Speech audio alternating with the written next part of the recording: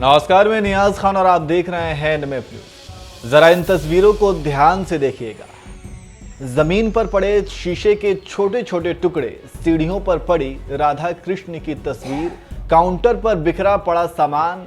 इस एक तस्वीर में आपको सब कुछ तहस नहस नजर आ रहा होगा। अब आप सोच रहे होंगे कि आखिरकार ये तस्वीर कहाँ की है।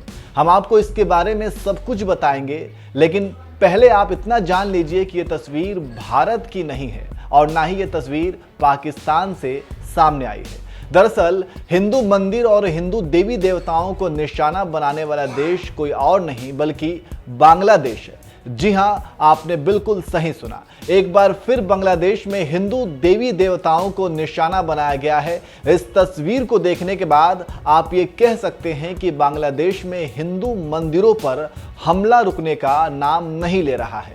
हुआ कुछ यूं कि अचानक से भीड़ ने नोआखली में इस्कॉन मंदिर के अंदर घुस गई।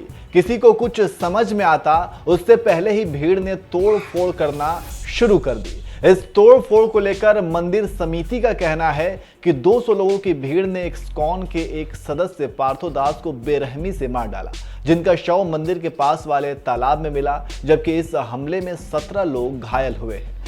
बताया जा रहा है कि बांग्लादेश में कुरान को लेकर अफवाह फैलाई गई थी। अफवाह ये थी कि पूजा पंडाल में कुरान मिली है, जिसके बाद कई जगहों पर हिंसक घटनाएं हुई।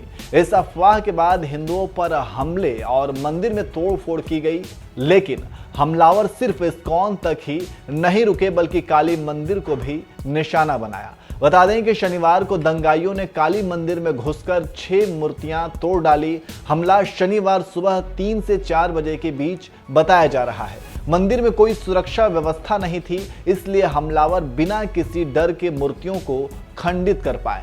खैर, इस हमले में किसी व्यक्ति को कोई नुकसान नहीं पहुंचा है, लेकिन मंदिर को काफी नुकसान पहुंचाया गया है। इन सभी के बीच बांग्लादेश की प्रधानमंत्री शेख हसीना ने कहा, बांग्लादेश कोमिला में हुई घटनाओं की पूरी तरह से जांच की जा रही है। किसी को भी बख्शा नहीं जाएगा। इससे कोई फर्क नहीं पड़ता कि वे किस धर्म के हैं, उनको पकड़ा जाएगा और उन्हें सजा दी जाएगी।